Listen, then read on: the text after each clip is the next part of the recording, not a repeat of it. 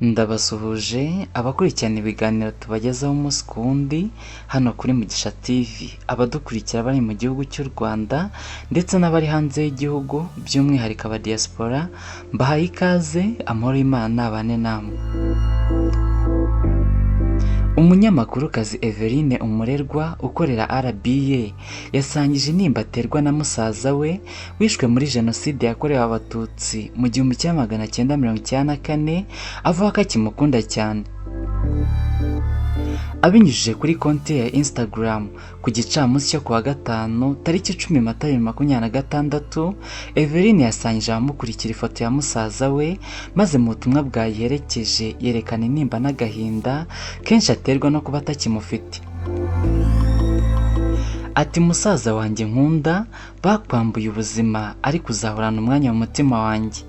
Nyuma y'imyaka 32, urukundo rwanjye kuri wowe ruracyakomeye, ruracyagufite kandi n'urwiteka ryose mfura y'umuryango wacu, urwibutso rwawe rumbamo buri munsi. Eveline Umurerwa yabonye izuba tariki 14 Ukuboza 1977. Ni mwene Edouard Nsababera na nyina Brandine Mukasekuru.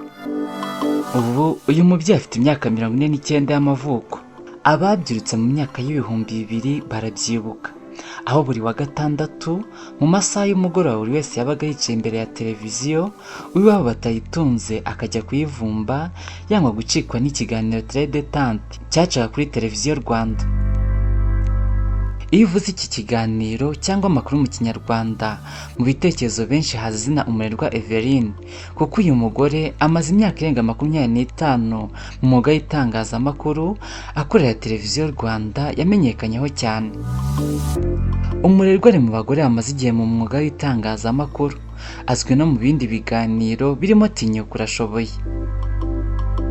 Mu mwaka w'ibihumbi 2000 nibwo Umurerwa Eveline warangije mu ndimi yinjiye mu itangazamakuru, atangira kuri televiziyo Rwanda.